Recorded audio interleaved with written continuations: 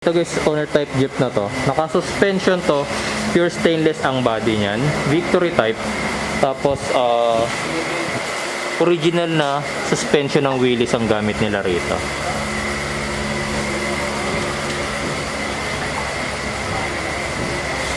Makita nyo yung detail nitong kanilang engine bay. Naka-chrome lahat. Water pump, water outlet, taming chain cover, lahat naka-chrome. Tapos stainless naman yung ibang parts kagaya nito. Pati yung sa hydrovac nila, naka-stainless cover din. Pati yung battery holder nila, stainless. Lahat stainless. Makikita nyo meron dito. Spring kasi yan. Saka suspension kasi ang isang owner type jeep na to. So yung presyo nito, sabi ni Sir Key kanina, this is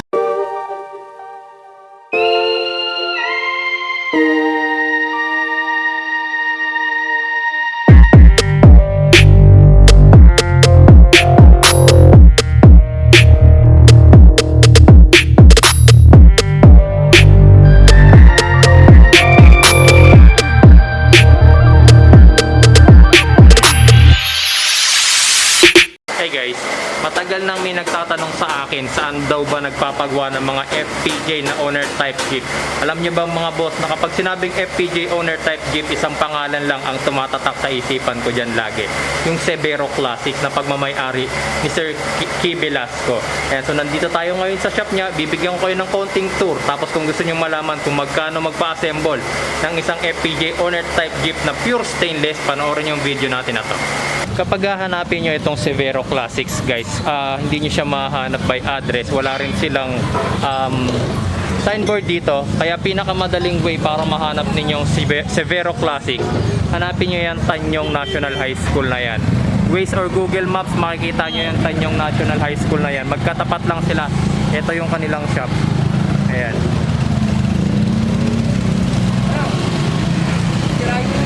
So papasok lang tayo dito sa kulay itim na gate na to.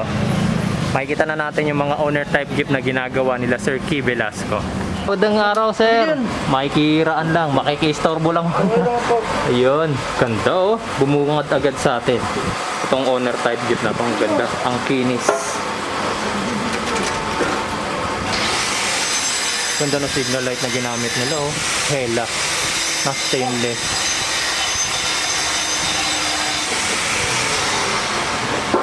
3AU ang makina na to. Ayan.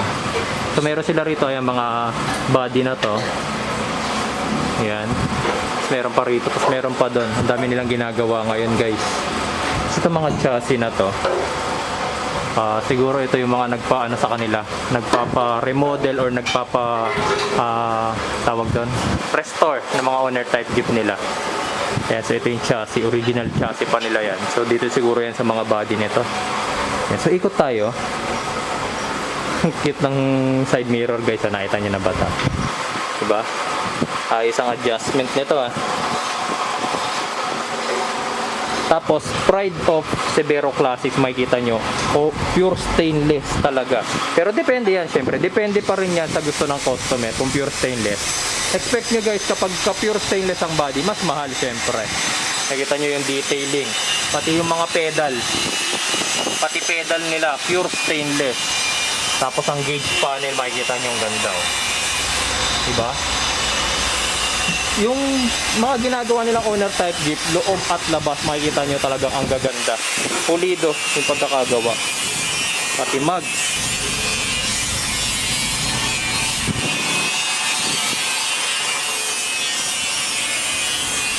Ayan.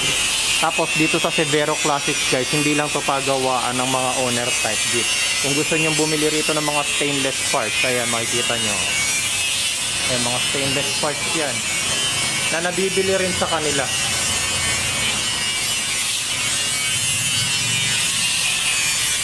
Ganda nito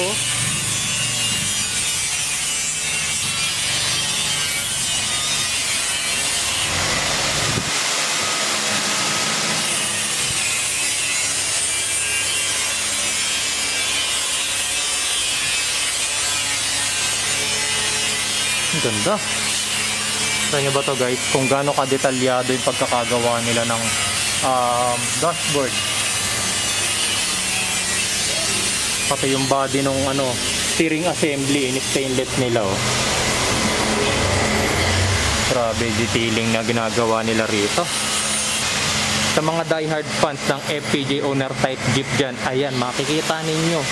Baka dito lumuwa ang mga mata ninyo. Sa dami na makikita nyo magandang tanawin. Oh.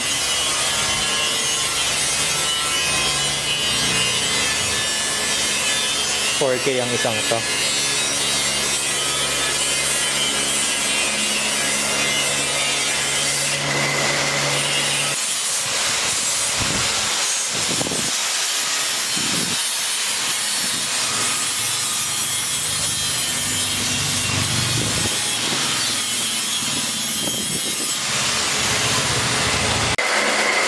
Ito guys, makikita niyo yung mga differential ni Sir Key dito. Mga differential na naka-disc brake. Ayan. Ang dami oh. Ilan yan? Isa, dalawa, tatlo.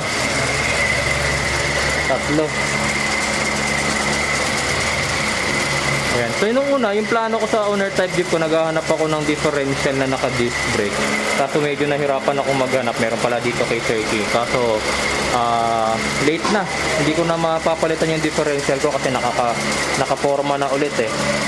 So balik ako sa drum brake. Pero ito yung mga magaganda sa naghahanap ng mga disc brake. Ayan o. Na differential. Mga makina niya. Ito mga binubuo pa lang ni Sir Key. Big tire oh. Kaya ikakabit yan. Feeling ko dito yan. Ang laki ng forma eh. Sir Key, yung malaking gulong na to, dito ba yan? Dito. Pero anong body kakabit yan, sir? M38. M38? Ayun. Nakabalot lang pero di natin makita. Yan pala yan ikakabit. Ayun mo dito, pati yung display na yan. Original yan. Oh, laki sir ah. Ito ka doon, pasok ka doon. Pwede mo iangat yung plastic. Balding head yan. M38 sir. Tapos ito pinasabi ko lang. Ito makikita nyo tulad nito. Yung headlight housing niya, pure stainless. Sir, kisa nang gagaling yung mga ganito ninyo? Sinusupply yan galing pa abroad. Abroad pa, yung mga sir? vessels ng, if I'm not mistaken, sa ano yan eh, Harley. Galing ng bracket ng radiator nila.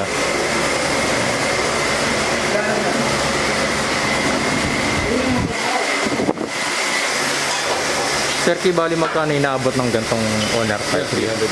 380,000 yan guys.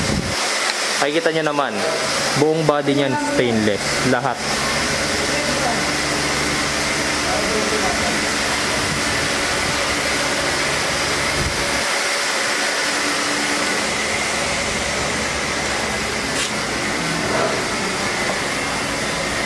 Pati ilalim oh. Sa ilalim na lang ng fender nila guys, ganyan pakakinis. Tapos makikita nyo, chassis stainless yan guys. Kaya inabot din ng 380,000 itong project na to. Imagine nyo pati stainless, pati yung kanyang chassis is stainless. Ang fuel tank nyan stainless. Makikita nyo yung pipe, yung kanyang exhaust pipe stainless din yan. Lahat yan. Tapos pati mga hanger. Ayan. Yan.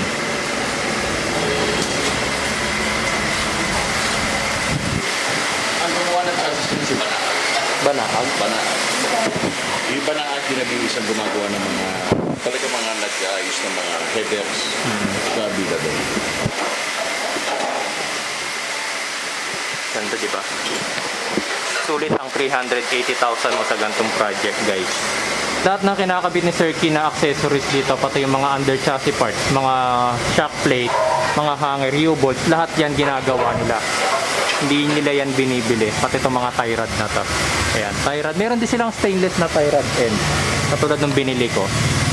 Ayan, pati mga pedal oh, makikita nyo stainless lahat. May mga top load. Ayan.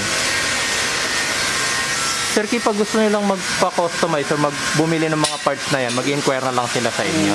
Walang problema. Sige sir. Ayan, makikita nyo yung mga stainless parts nila guys. Ito pa mga U-bolt. Ayan, stainless lahat yan. Ayan, so umorder din ako ng mga ganito. Lahat yan guys is stainless. Ito naman yung mga engine collection nila. Pero para, tingin ko ito na yung mga sa customer nila eh. Pati yung mga transmission. Ayan. Ayan pa pala isang ginagawa nila nakabalot. Bali pang siyam pala. Siyam pala halos dating ginagawa nila. Ayan. So ito guys, kung nakikita nyo, ito yung pinagawa ko kay Sir T. Ayan. Ito yung ating front beam, yung ating tie rod. Tapos yung mga tie rod ends ko, ayun, stainless yan guys. Diba? So dito tayo makakakuha ng mga stainless parts na gusto nyo. Kung gusto nyo yung mga stainless parts na yan, ayan, nandyan lahat. Pati itong mga to, shackles, shock plate, hanger, ayan na. Ito na ang ating mga stainless parts. Diba? Sir, pasensya na, marumi ha. Ay, sige sir. Okay lang. Yeah. Sir. Tingnan mo yung mga grill na yan. Wala pang butas eh. Oo, sir. Mga bago yan. Ah, ito. Oh, brand new old stock. Ito naman yung kapakapakong corona. Ah. Ito yung mga huling gawa ni Jokaw. Ako nakakuha lahat. Ito yung mga fender na yun, sir. Oo, At mga sa mga windshield na windshield na to. Windshield ng bagay tsaka yung Victory yun. Victory na po yun. Victory yun. Lahat ng mga lumang upuan nandyan. Oo, sir.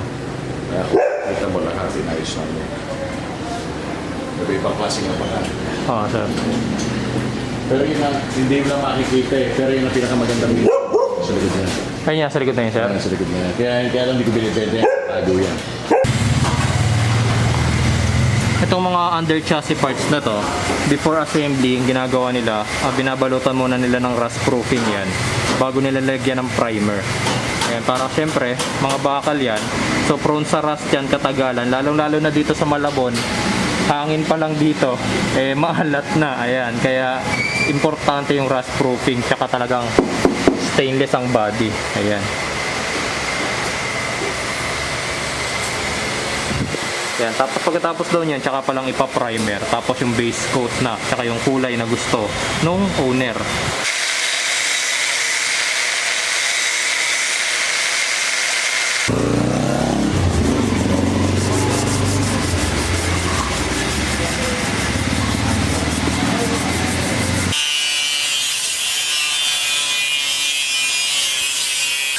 Ayan guys, so tapos na ang tour natin dito sa Severo Classic. Basta pag sinabing FPJ owner type jeep mga boss, dito lang yan sa Malabon. Severo Classic, lagi nyo tatandaan. Maraming salamat sa inyong panonood. Kita-kita tayo guys sa susunod pa nating mga video.